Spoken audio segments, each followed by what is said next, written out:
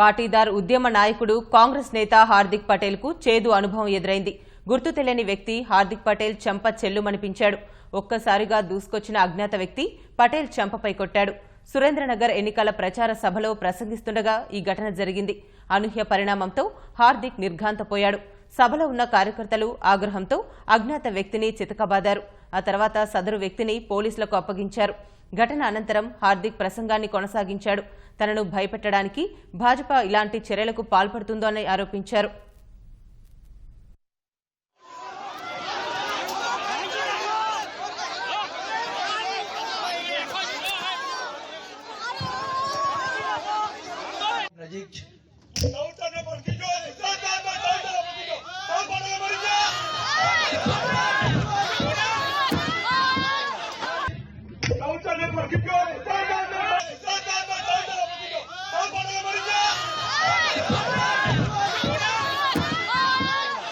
चुप नहीं, खूब नजीक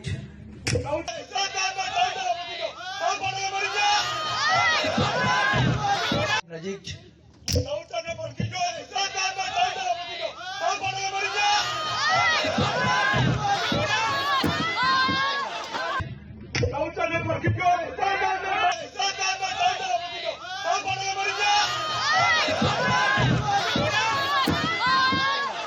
चुप नहीं, खूब नजीक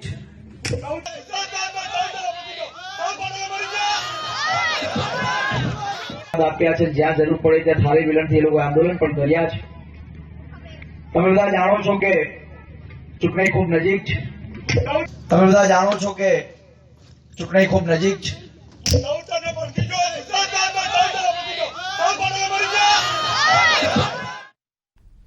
ఢిల్లీలో నిన్న భాజపా నేత జీవీఎల్ పై దాడి, గుజరాత్లో ఇవాళ కాంగ్రెస్ నేత హార్దిక్ పటేల్ పై దాడి, వరుసగా ఇలాంటి ఘటనలు జరుగుతున్నాయి. వరుస దాడులకు కారణాలేంటో మా ప్రతినిధితో మాట్లాడి తెలుసుకుందాం. అరుణ్, చెప్పండి, వరుసగా నేతలపై జరుగుతున్న విద్వేష దాడులకు కారణమేంటి?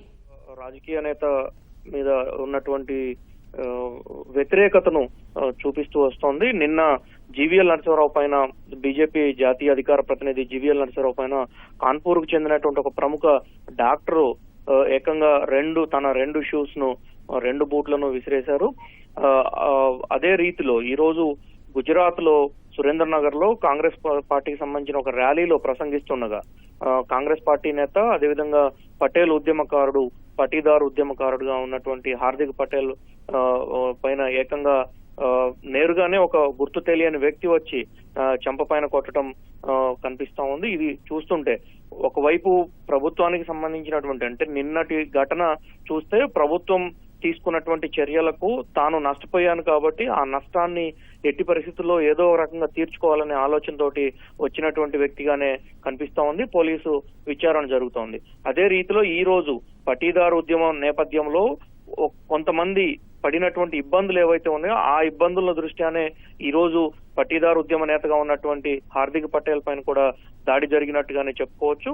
గుర్తు తెలియని వ్యక్తి ఇప్పటి వరకు పేరు గాని ఏ విషయం కూడా బయటికి రాలేదు. ఎవరు అతను, ఎందుకు ఈ విధంగా వ్యవహరించాడు అనేటువంటి పరిస్థితి నెలకొంది. ఒకవైపు ప్రభుత్వము, మరోవైపు ప్రతిపక్షాలు ఈ విధంగా సాధారణ ప్రజలు ఏ విధంగా ఇబ్బందులు పడుతున్నారు వారు చేసేటువంటి పనుల వల్ల, ఒకవైపు ప్రభుత్వం చేసేటువంటి పనుల వల్ల, మరోవైపు ప్రతిపక్షంలో ఉన్నటువంటి నాయకులు చేస్తున్నటువంటి పనుల వల్ల ఏ విధమైనటువంటి ఇబ్బంది పడుతున్నారు అనేది స్పష్టంగా కనిపిస్తా ఉంది. గుర్తు తెలియని వ్యక్తి ఎప్పుడైతే సురేంద్ర నగర్ లో ఉన్నటువంటి పబ్లిక్ మీటింగ్ లో హార్దిక్ పటేల్ ప్రసంగిస్తుండగా వచ్చి చెంప మీద కొట్టినటువంటి వ్యక్తిని కాంగ్రెస్ పార్టీ కార్యకర్తలు పట్టుకోవటము, వెంటనే అతని పైన మూకుమ్మడిగా దాడి కూడా చేశారు. అదే అతన్ని చితకబాదటం కూడా జరిగింది. సో ఈ విధంగా చూసుకుంటే అటు ఒకవైపు కాంగ్రెస్ పార్టీ అయినా, మరోవైపు బీజేపీ అయినా ప్రజలకు సంబంధించిన విషయంలో కావచ్చు, లేదు తమ వ్యక్తిగత విషయాల్లో కావచ్చు, జోక్యం చేసుకుని తమకు నష్టం జరిగే రీతిలో వ్యవహరిస్తే ఈ విధంగానే ఇటువంటి పరిణామాలు చోటు చేసుకోవడానికి ఆస్కారం ఉన్నట్లుగానే కనిపిస్తా ఉంది.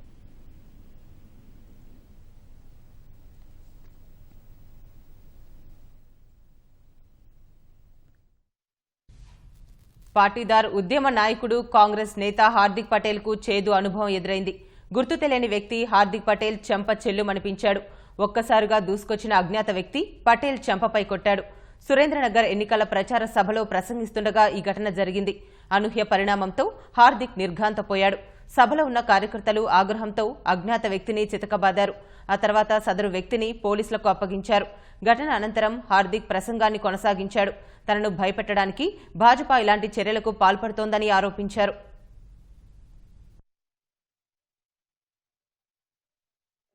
चुकने खूब नजीक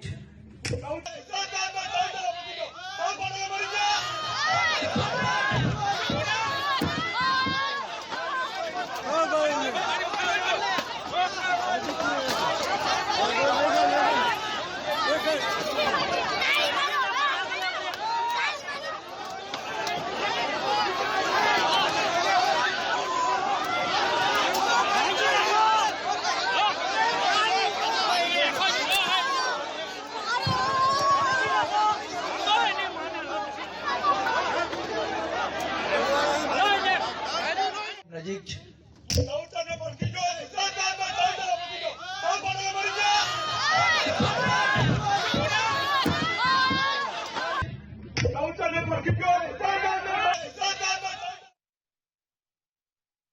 पूरे गुजरात में भाजपा की भ्रष्ट नीति, किसान विरोधी नीति, जन विरोधी नीति, युवा विरोधी नीति, महिला विरोधी नीति की वजह से पूरे गुजरात में आम लोगों में बहुत आक्रोश और अजंपा है।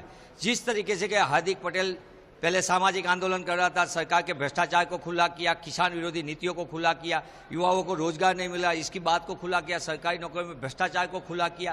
कुल मिला के देखा था हार्दिक भाई भाजपा सरकार का जो कारनामा है, जो बात रखी गई है, भाजपा की नीतियों है, इसको लोगों के सामने उजागर किया। इस पे पहले वो सामाजिक आंदोलन करते थे, इस पे गलत तरीके से मुकदमा लगा दिया, इस पे कानूनी तौर पे इसको फंसा दिया गया, इसको जेल में डाला गया, इस पे लाठीचार्ज किया गया, इसके साथीदारों को भी जेल में डाला गया, पूरे पाटीदार समाज पे अत्याचार हुआ, दमन हुआ और कुल मिला के देखा जाए तो गोलियां चली।